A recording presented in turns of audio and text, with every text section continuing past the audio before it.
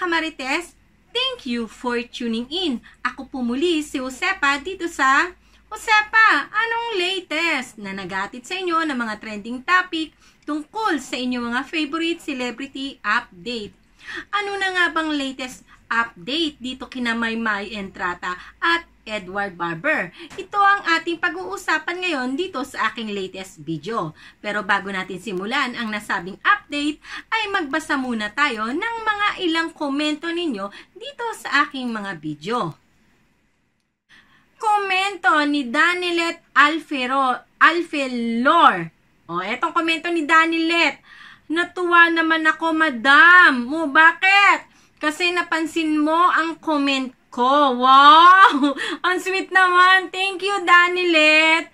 Sa tagal-tagal kong nagko-comment sa iba't ibang content na napapanood ko tungkol sa Mayward, ngayon lang napansin comment ko. Uy! Mayward supporter po ito since day 1. Yun nga lang, mula nang nagka-boyfriend si Maymay, parang nawalan ako ng pag-asa na babalik pa ang dating Mayward na sobrang close sa isa't isa. Ay, ang ganda ng una niyong komento. Natuwa naman ako sa kanyang experience, 'di ba? Never say die. Thank you sa maganda mong komento, Danilet. At medyo nakakalungkot naman talaga. Naramdaman ko rin yan, Danilet. Na-hurt din ako sa mga pangyayaring ito. Pero darating naman ang time na marirealize din natin na talagang yun ang realidad ng buhay. Pero hindi pa naman yun ang katapusan ng mundo, diba? Sabi nga, you will never know what is the future. English yun, diba mga kamartes? Sabi nga sa Kung Fu Panda, and I quote, ito kasi paborito ko etong linyang to sa Kung Fu Panda. Yesterday is a history. Tomorrow is a mystery. But today is a gift, diba? Yung nakaraan ay kasaysayan na. Ang hinaharap ay hindi natin alam ang future na ating kakaharapin.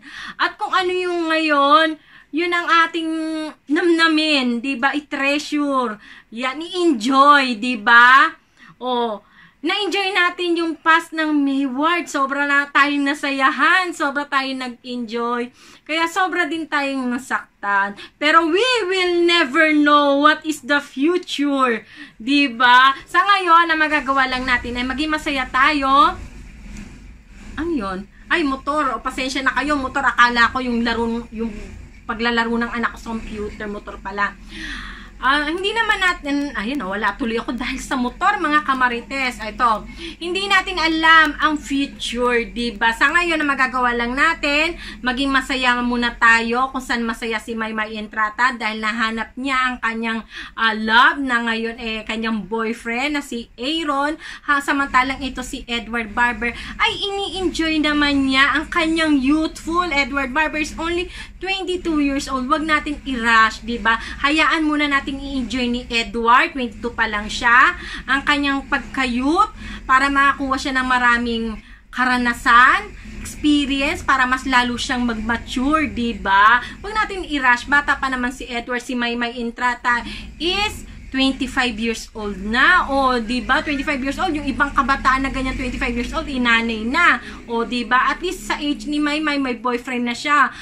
Hindi natin alam, diba, ang future. Kaya hayaan muna natin mag-enjoy si Maymay Entrata sa boyfriend niya.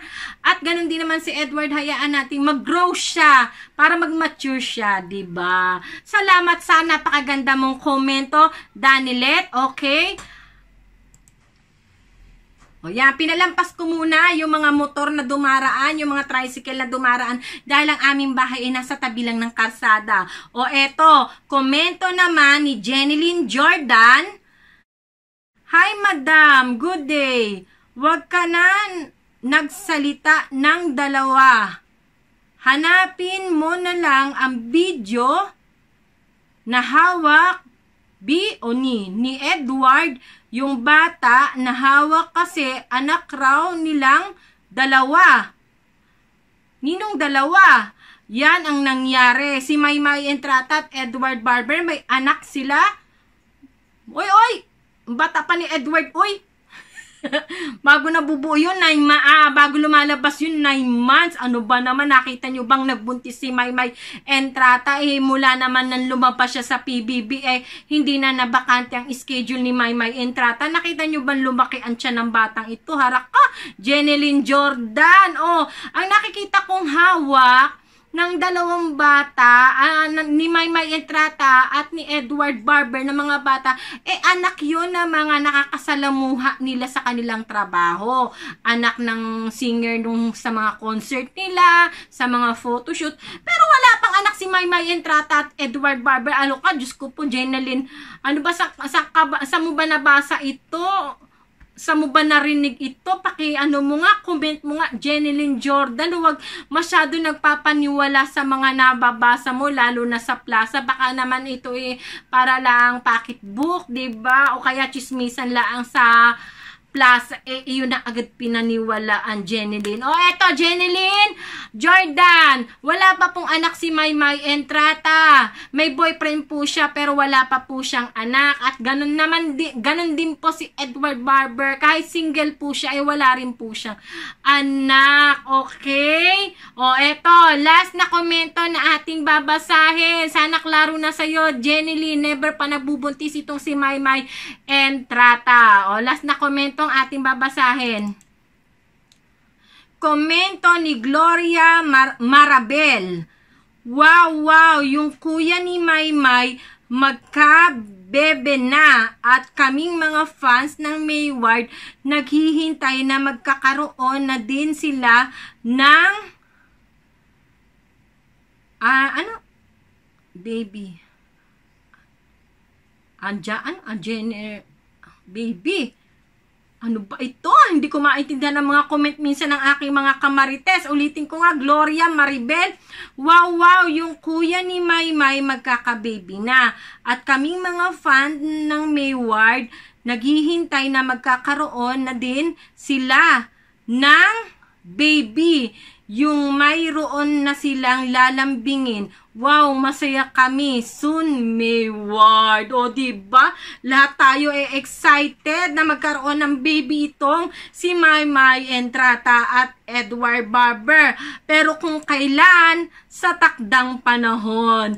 Diba? Pero sa ngayon, hayaan lang muna natin si Maymay Entrata na sana ay magtagal at maging masaya siya sa boyfriend niya. Diba? At ito naman si Edward Barber ay hayaan natin na mature at i-enjoy niya ang kanyang youthful. Edward Barber is only 22 years old. At ngayon pa lang niya, ini-enjoy ang kanyang pagiging youth dahil nung pumunta siya ng PBB, 16 years old lang siya. At paglabas niya ng bahay ni Kuya, ay sunod-sunod na ang naging trabaho nila ni Maymay Entrata. At dahil nga, usapang baby tayo at pagbubuntis, ito ang 100% sure. Maymay Entrata, hindi siya buntis, pero magiging tita na dahil nga sa latest update ng kuya ni Maymay Entrata na si Vincent ay kinonfirm nga nito na magiging daddy na siya sa loob ng 7 buwan. Ibig sabihin, 3 months ng buntis ang girlfriend ni Vincent na kapatid ni Maymay Entrata. Pinost nga niya ito sa kanyang Instagram at ginawa rin niya ito sa kanyang IG story. At syempre, kung lahat tayo ay natuwa sa pagbubuntis tuloy ng kuya, kung lahat tayo ay natuwa dahil nga magiging tita na itong si Maymay Entrata, ay papahuli ba naman itong si Edward Barber na agad-agad naman niyang pinusuan ang post ng kuya ni Maymay Entrata. Diba? Ayan. May papuso ang Edward Barber at may komento rin naman itong si Yong, diba? Bye, sure na, ang sabi ni Yong. Sumagot naman ang kuya ni Maymay Entrata na si Vincent na sure na bye. Diba? Pagpapakita ito na talaga namang close pa rin si Edward Barber sa mga kapatid ni Maymay Entrata. Hindi lang sa kanyang mga kapatid, maging sa family ni Maymay Entrata, lalo na kay Mama Lodi. At kung pinusuan ni Edward Barber ang post ng kuya ni Maymay Entrata, ay papahuli ba naman itong si Maymay Entrata na inay-JS pa o Instagram story ang post ng kanyang kuya na meron pang caption na, "Congrats Kuya Vincent, ka-excite kaayo, makita akong unang pamangkin." O, diba excited na si Maymay Entrata na maging tita na sa kauna-unahang pagkakataon, dahil magiging tita na siya sa kanyang mga pinsan, pero eto by this time sa kanyang kapatid, diba? O dahil nga si Maymay Entrata ay magiging tita na, bago pa man nga, o eto na, bago pa man maging tita itong si Maymay Entrata, ay isa na siyang ina, o diba? Hindi ng tao, o wag muna kayong magpanik, hindi ng tao, kundi ng isang napaka-cute na pusa. Eto nga sa post nga ng Muning PH Catering, "It was so nice seeing and meeting the one and only Miss Maymay Entrata. Welcome to the wonderful life of being a cat mom." O, diba? Ibig sabihin, nag-adapt si Maymay Entrata ng isang napaka-cute na pusa. O, ayan, ito yung mga larawan ng mga picture ni Maymay Entrata at sa kanyang bagong baby. Ano kayang pangalan ng pusa ni Maymay Entrata? Ito ang ating aabangan. At bago pa nga, pasensya na kayo, medyo ako struggle dahil napakainit. Ayan, pawis na ang lola ninyo. Kasi hindi pwedeng buksan ng electric pan. Ang aking gamit lang sa pagpablagay ang aking cellphone. Wala akong mic na magkocontrol sa ingay ng nakapaligid sa akin. Kaya ang lola nyo ay basang-basa na ng pawis. Eto nga, bago pa man nagkaroon si Maymay Entrata ng pusa, ay nag-post na ito o nag-tweet sa Twitter world noong July 11. Ang sabi niya, ang tweet ni Maymay Entrata ay, "Gusto kong mag-adapt ng cat. Baka may alam kayo saan pwedeng makahanap. Salamat." O, diba? At may nagtanong nga kay Maymay Entrata na isang supporter. Ito ang sabi niya, "Ayaw mo mag-adapt ng aso?" Guys, nag-reply naman agad-agad itong si Maymay Entrata. At ang sabi niya, "Bawal pa po dito sa nirerentahan namin." O, diba? Marahil sa kondo, bawal talaga ang mga dogs sa kondo. Bibihira ang mga kondong nag-a-allowed ng dog, diba? Kaya ang madalas cat ang ina-allowed nila. O, ayan, klaro, nirerentahan ni Maymay ang siguro isang unit na kondo, diba? O, ayan, klaro na sa lahat kung nanay man si Maymay Entrata at hindi naman siguro si Edward Barber ang tatay nun, diba? O, nanay si Maymay Entrata ng isang pusa. Ayan ha, certified na nanay na dahil may mom na raw, diba, ng isang pusa. At kung anong pangalan ng kanyang pusa, yan ang ating aabangan, diba? O, paano ito, mga kamarites? Ito ang bagong latest ko dito kina Maymay Entrata at Edward Barber.